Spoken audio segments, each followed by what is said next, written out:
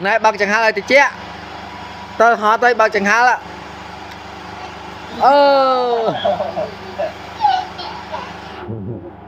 tôi đã chẳng hạn sẵn à nè con nè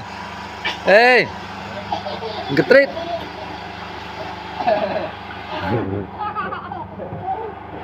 đùa con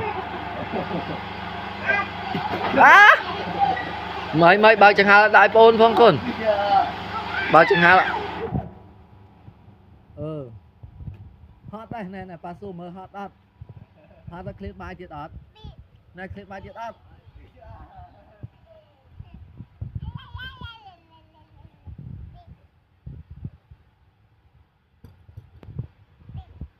bay nơi tập pi bay tôi này tao mẹ săn tơ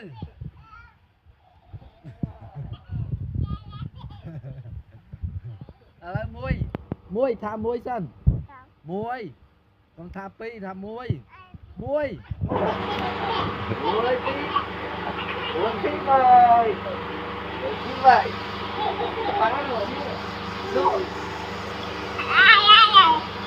bà ơi hot nè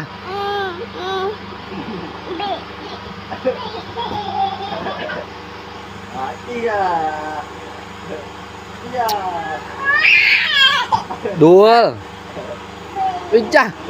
nếu tập pí nó khích bay ra ngõ bạn mùi hết mà họ sao mày mở mùi pi bay mình tập pí ấy